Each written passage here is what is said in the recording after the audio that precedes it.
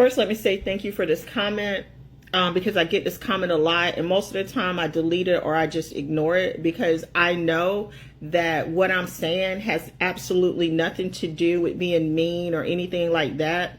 It just triggers certain people, and rather than being introspective and saying, why is this triggering me, y'all will say, oh, you're just being mean. And that's just not the case.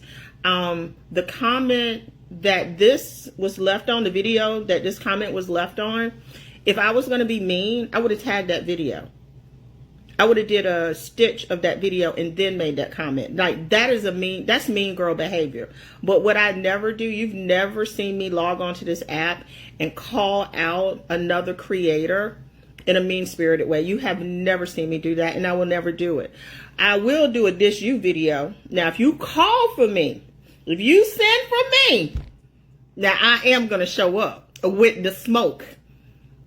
Now, I'm going to do that. I don't mind a fight. Like, I love a good fight. But what I'm not going to do is ever be the person that starts it, okay? The other part is, this comment is based in misogyny and the patriarchal system that we were brought up in. Women are taught to be the mule in a relationship. They're taught to do all of the heavy lifting, the emotional, psychological, and a lot of the physical cooking and cleaning that it takes to maintain a relationship. And then when you don't feel like, it's fair, or you don't feel like your partner appreciates what you're doing, or that he's taking advantage of whatever, all of the things that you're bringing to the table, and you say something about it, you're shamed into being quiet. You're just shamed. And you're basically told to endure. There was literally a judge on this app that told women not to go through their man's phone because he might be cheating. And you just basically need to let him cheat in peace as long as he's paying the bills.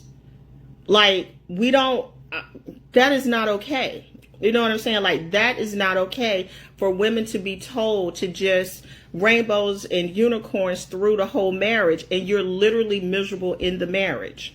And so my thing is, I try to point it out so that you can either A, fix the marriage so you're not feeling that way, or at least be able to recognize that you're not alone in your feelings, and know that if you want to get out of it, you can, and still and probably be much happier and more successful. Like, all you have to do is read through the comments to see how many women said that they were in a horrible marriage and got out of it and are much happier now, which ultimately I want women, in particular Black women, to live fantastic lives.